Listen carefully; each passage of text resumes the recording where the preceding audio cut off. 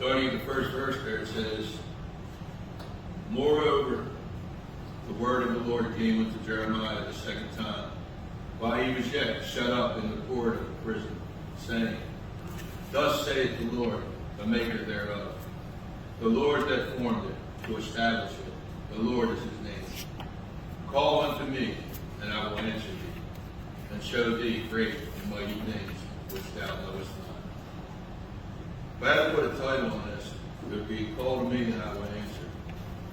Church, there's been so many times in my life where I prayed and I asked for things, but always felt like I got no reply back from God.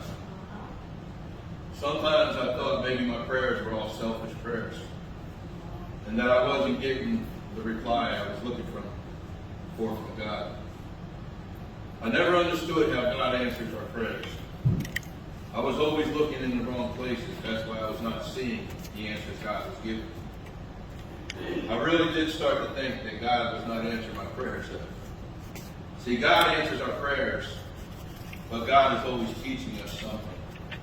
There's some sort of lesson in our trials and through our prayers.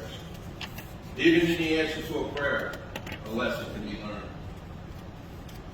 The answers to our prayers will come, but they come in God's way and in God's time.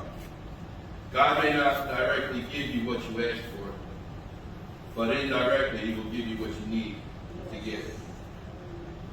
I have prayed for many things, and my answers were not immediately clear to me then.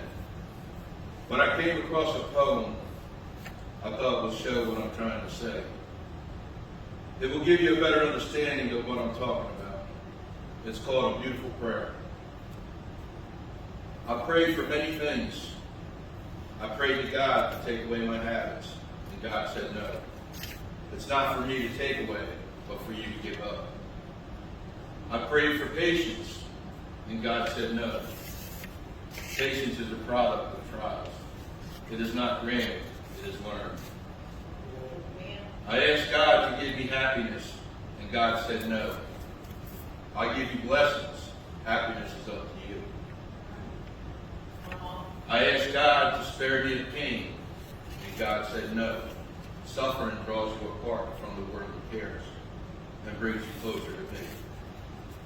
I asked God to make my spirit grow, and God said no. You must grow on your own, but I will prune you to make you fruitful. I prayed for all things I might enjoy in life, and God said no. I will give you life so that you can enjoy all things. I prayed to God for help, to help me love others as much as he loves me. And God said, finally you understand and have the idea now. See, a lot of my prayers were always for me. And now I realize that as a Christian, in the Christian life, it's not all about me. I am to pray for the good of others, and in time, God will bless me also. God doesn't like us to have selfish prayers. And I'm so glad and thank God for having a caring ear to hear our prayers, both selfish and not selfish. God really does hear all our prayers. So be careful what you're asking for, because he will answer all of them one at a time, and in his own way and in his own time, not ours. Church, we need to remain with a praying heart and be faithful to God in all that we do, and those answers will come. We thank the Lord for having a caring ear